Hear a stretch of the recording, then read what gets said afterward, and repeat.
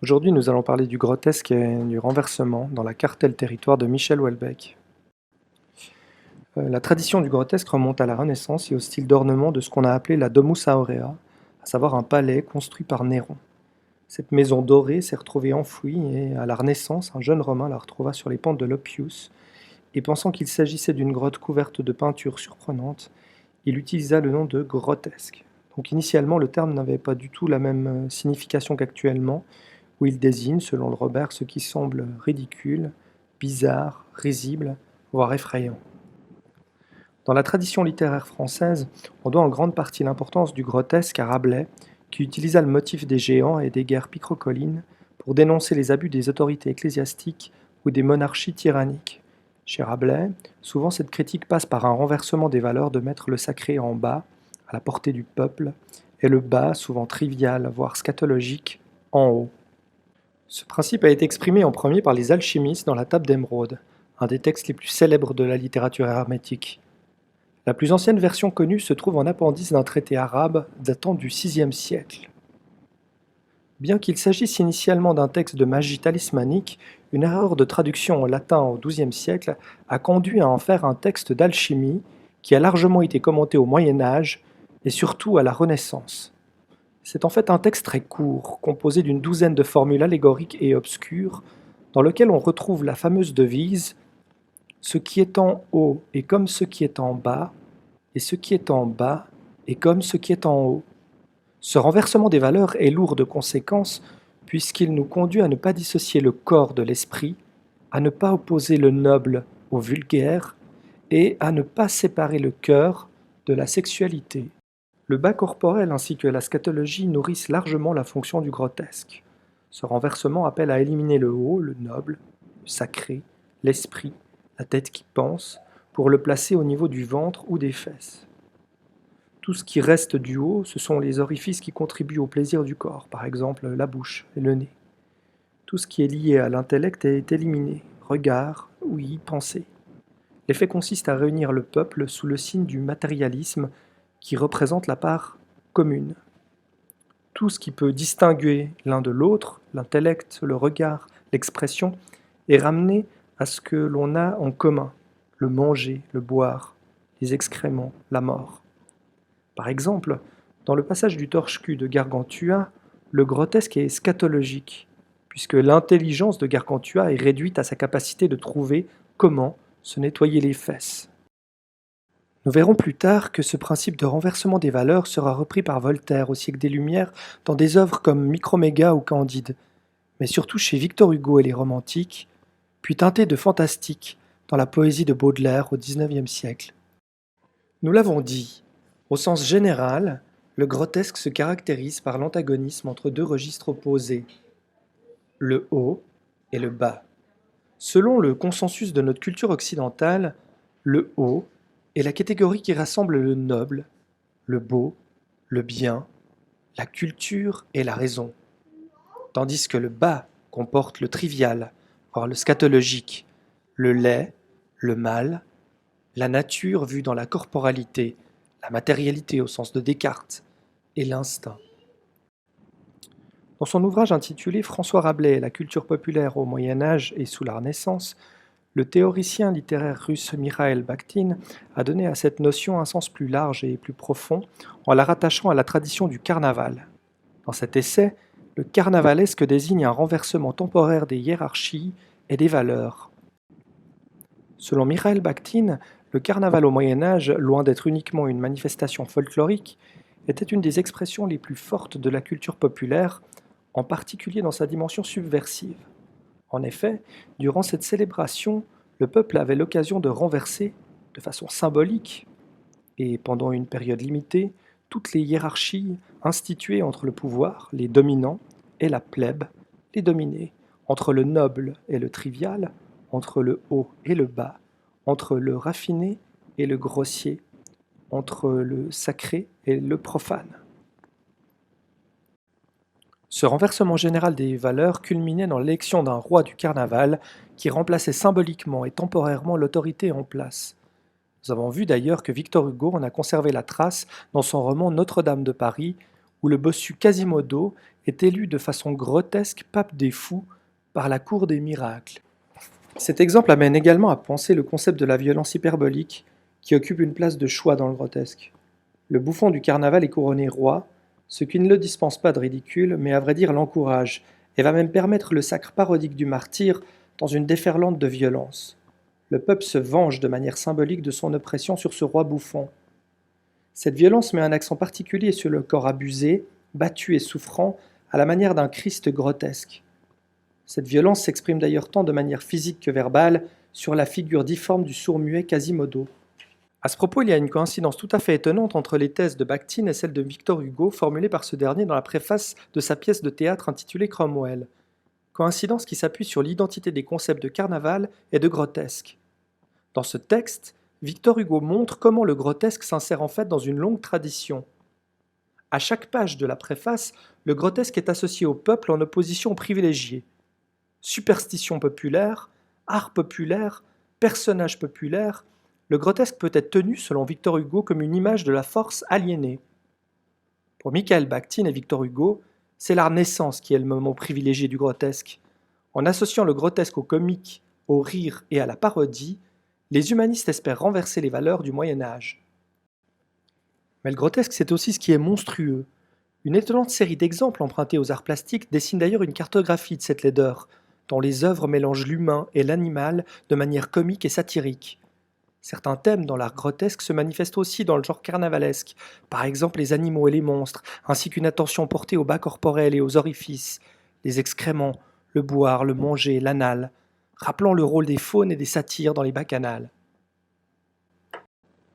Dans ces œuvres, le grotesque se manifeste dans les images de la mort, de la maladie et de la décrépitude des corps.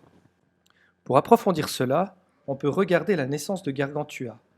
Dans le 5e chapitre du roman de Rabelais, Gargamel accouche d'un fils.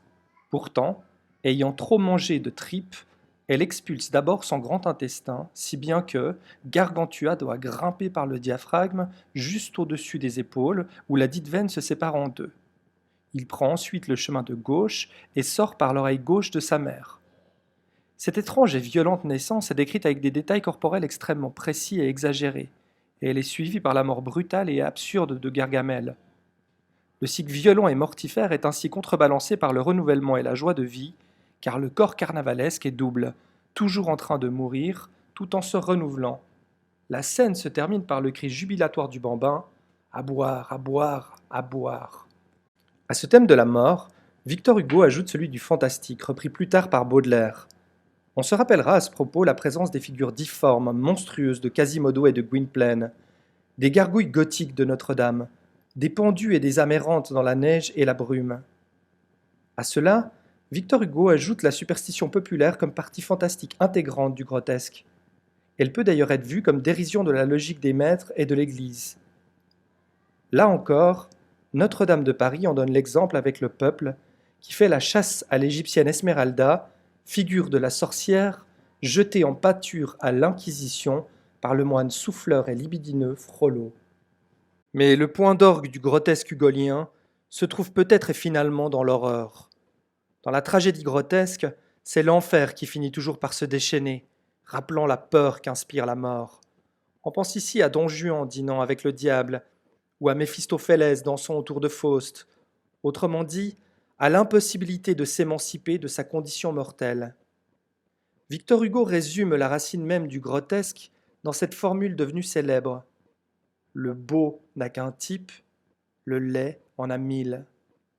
Et c'est bien cela que l'on retrouve dans l'opposition d'Esmeralda et de Frollo, de Cosette et des Thénardier, la figure de l'innocence incarnée face à l'humanité dans ce qu'elle a de plus horrible et vil. Pour terminer et bien comprendre la fonction du grotesque, il faut évoquer la réaction qu'il provoque. En effet, le grotesque amène la possibilité de se moquer de soi-même, d'accepter pleinement ses défauts et de se reconstruire avec une autre perspective.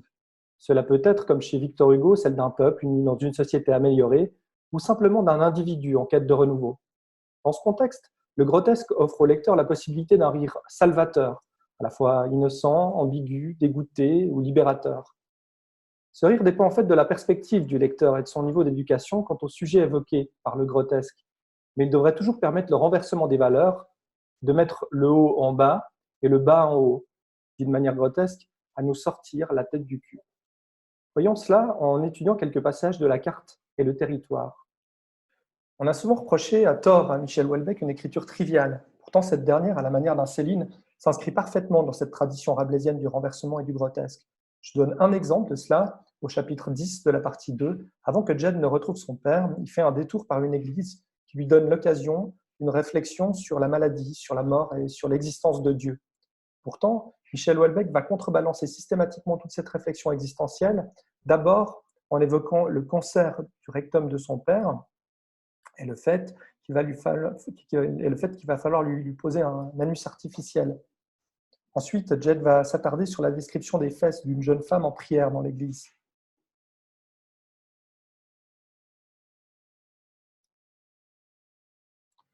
En sortant du lieu saint, Jed voit au loin le dôme du Panthéon,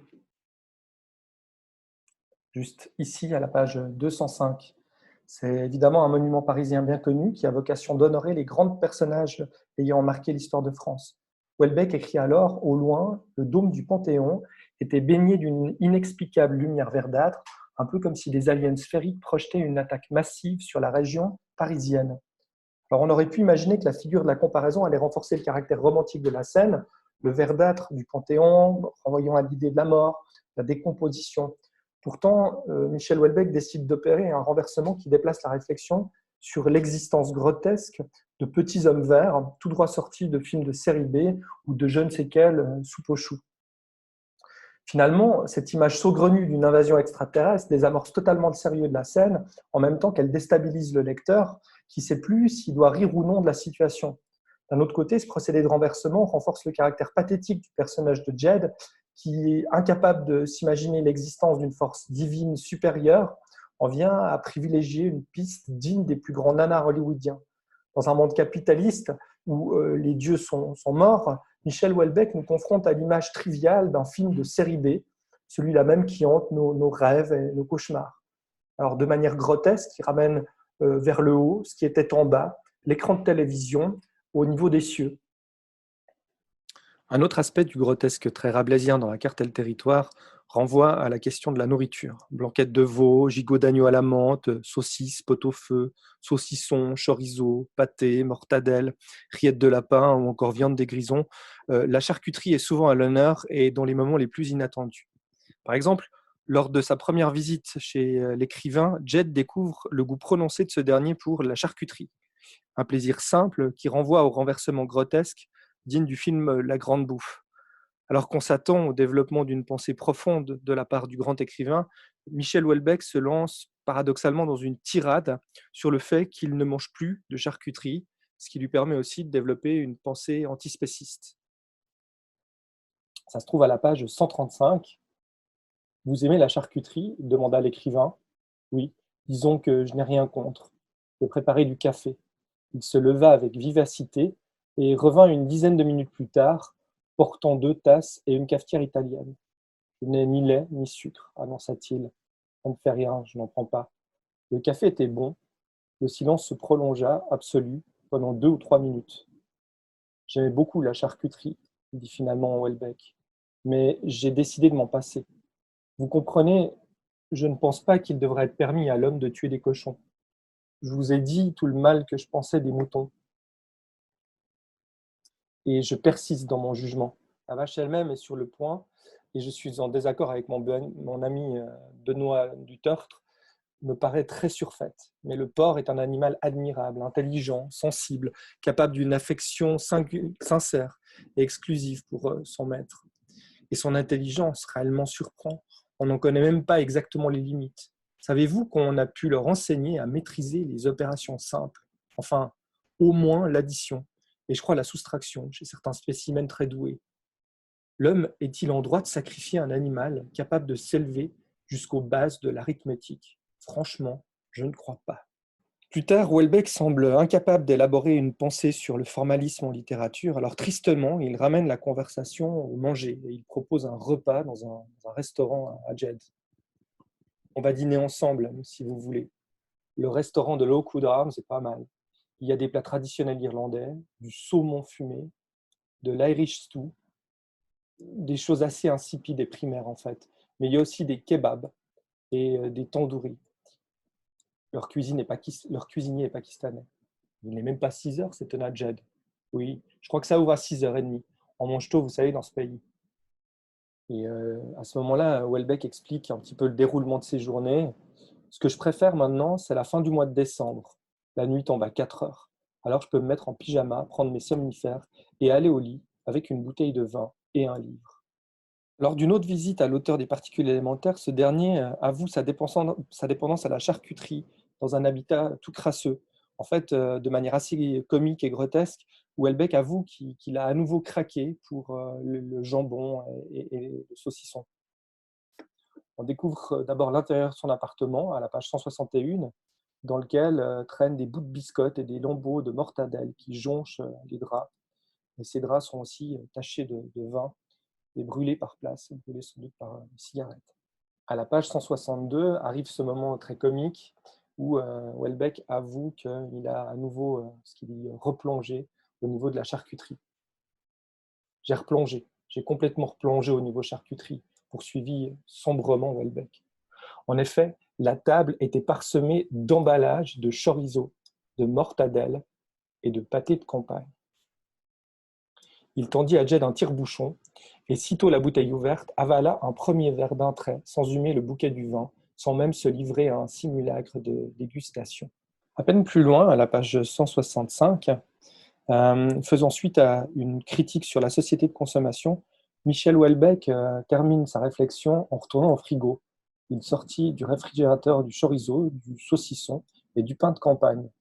Et ce qui amène une réflexion assez étrange de la part de Jed, qui avoue qu'il n'aurait jamais pu prendre en photo du chorizo ou même du saucisson, je crois que c'est du saucisson en fait, en raison en fait de l'aspect un peu dégoûtant de cette nourriture. C'est vrai, répondit Jed, après un long temps de réflexion. J'ai toujours aimé les produits industriels. Je n'aurais jamais envisagé de photographier par exemple un saucisson. Il tendit la main vers la table, s'excusa aussitôt. Enfin, il est très bon, je ne veux pas dire ça. J'ai plaisir à le manger, mais le photographier, non. Il y a des irrégularités d'origine organique, c'est vénule, de gras différentes d'une tranche à l'autre, c'est un peu décourageant. Michel Houellebecq hocha la tête, écartant les bras, comme s'il entrait dans une danse tantrique. Il était probablement ivre. Alors cette question de l'alcool, on voit qu'elle intervient souvent aussi dans les discussions entre Jed et Houellebecq, et souvent elle désamorce des réflexions finalement assez profondes. Elle va même amener cette question de l'alcool à une sorte de régression enfantine à la page 168. Houellebecq casse une bouteille de vin et il décide d'en ouvrir une deuxième. Je vais ouvrir une autre bouteille, intervint l'écrivain. Il se leva, traversa la cuisine en zigzagant entre les bouts de verre que Jed ramassait de son mieux. On a déjà beaucoup bu, personnellement, j'ai fait toutes mes photos. Allez, vous n'allez pas partir maintenant, on commence juste à s'amuser. Aimer, rire et chanter, entonna-t-il de nouveau, avant d'avaler, d'un trait, un verre de vin chilien. Foukra, Bouloudou, Bistroy, Bistroy, ajouta-t-il avec conviction. Depuis quelque temps déjà, l'illustre écrivain avait contracté cette manie d'employer des mots bizarres, parfois désuets ou franchement impropres, quand ce n'étaient pas des néologismes enfantins, à la manière du capitaine Haddock. Ici, on voit que c'est le bas qui prend le dessus quand la conversation devient trop sérieuse ou trop profonde. Chez Houellebecq, on oublie la mort en mangeant et en buvant. Quand l'esprit se relâche, en fait, c'est la grande gidouille qui s'exprime. Suivant ce principe de renversement, la mort revient assez rapidement dans le roman, avec un traitement totalement grotesque. Par exemple, au chapitre 4 de la deuxième partie, après une réflexion sur l'art, Houellebecq s'emporte sur Picasso. Et il explique alors ses excès par un eczéma. Excusez-moi, je deviens agressif, c'est les mycoses. Sous le regard effrayé de Jed, il commença à se gratter les pieds furieusement, jusqu'à ce que des gouttes de sang commencent à perler. J'ai des mycoses, des infections bactériennes, un eczéma atopique généralisé. C'est une véritable infection. Je suis en train de pourrir sur place et tout le monde s'en fout. Personne ne peut rien pour moi. J'ai été honteusement abandonné par la médecine. Qu'est-ce qu'il me reste à faire ? me gratter sans relâche. C'est ça qu'est devenue ma vie maintenant, une interminable séance de grattage. Puis il se redressa, un peu soulagé, avant d'ajouter : « Je suis un peu fatigué maintenant. Je crois que je vais aller me reposer. » Le corps ramène la pensée vers le bas, vers la vieillesse, vers la maladie. L'idéal, l'amour, l'éros semblent impossibles en fait dans la carte et le territoire, car le poids du temps et du corps l'emporte toujours et empêche l'homme d'accéder au domaine des dieux. D'ailleurs, c'est au corps qu'on est à nouveau ramené lors de la scène du meurtre de Michel Houellebecq à la page 277. Un prisonnier raisonne à partir du corps. C'est sa fonction qui veut cela. Il est rompu à noter et à décrire la position du corps, les blessures infligées au corps, l'état de conservation du corps. Mais là, de corps à proprement parler, il n'y en avait pas.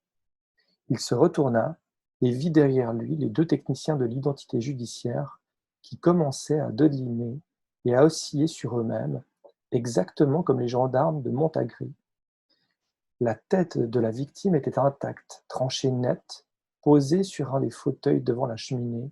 Une petite flaque de sang s'était formée sur le velours vert sombre, lui faisant face sur le canapé. Mais ce cadavre est grotesque, car confondu à celui de l'animal dans la grande tradition du genre.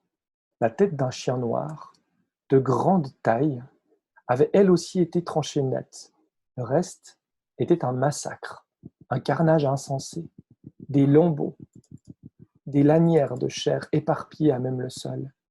Ni la tête de l'homme, ni celle du chien n'étaient pourtant immobilisées dans une expression d'horreur, mais plutôt d'incrédulité et de colère.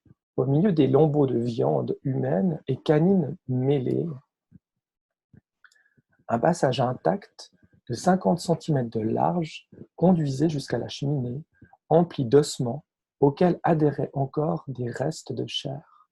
Cette découverte macabre, décrite de manière chirurgicale, est désamorcée par les deux assistants qui se mettent à vomir, retour au ventre, puis par un renversement grotesque vers le haut, quand Jasselin évoque qu'il est parvenu, lui, à dépasser son dégoût des scènes de crime en pratiquant l'ashuba, à savoir la méditation sur le cadavre. Leur demander s'il était possible d'y pratiquer ashuba, la méditation sur le cadavre. Le lama de garde avait d'abord tenté de le dissuader. Cette méditation, avait-il estimé, était difficile, non adaptée à la mentalité occidentale. Lorsqu'il lui avait appris sa profession, il s'était ravisé, avait demandé à réfléchir. Quelques jours plus tard, il lui téléphona pour lui dire que oui, dans son cas particulier, Ashuba pouvait sans doute être approprié. On ne la pratiquait pas en Europe, où elle était incompatible avec les normes sanitaires, mais il pouvait lui donner l'adresse d'un monastère sri-lankais qui recevait parfois des Occidentaux. Il y avait consacré 2 semaines de vacances, après avoir, cela avait été le plus difficile, trouvé une compagnie aérienne qui acceptait de transporter son chien. Chaque matin, tandis que sa femme allait à la plage, il se rendait sur un charnier où l'on déposait les morts récents, sans précaution contre les prédateurs ni les insectes. Il avait ainsi pu, concentrant au maximum ses facultés mentales en essayant de suivre les préceptes énoncés par Bouddha dans le sermon sur l'établissement de l'attention, observer attentivement le cadavre blême, observer attentivement le cadavre suppurant, observer attentivement le cadavre démembré, observer attentivement le cadavre mangé de vers. On voit bien la répétition de l'observation du corps avec la répétition de l'expression « observer attentivement ». À chaque stade, il devait se répéter à 48 reprises « Ceci est mon destin, le destin de l'humanité entière, je ne peux y échapper ». Pour conclure, dans la carte et le territoire, on finit par ne plus savoir où est le bas et où est le haut, quand finit le tragique et quand il faut arrêter de rire. C'est sans doute ce qui rend sa lecture aussi déstabilisante et inconfortable.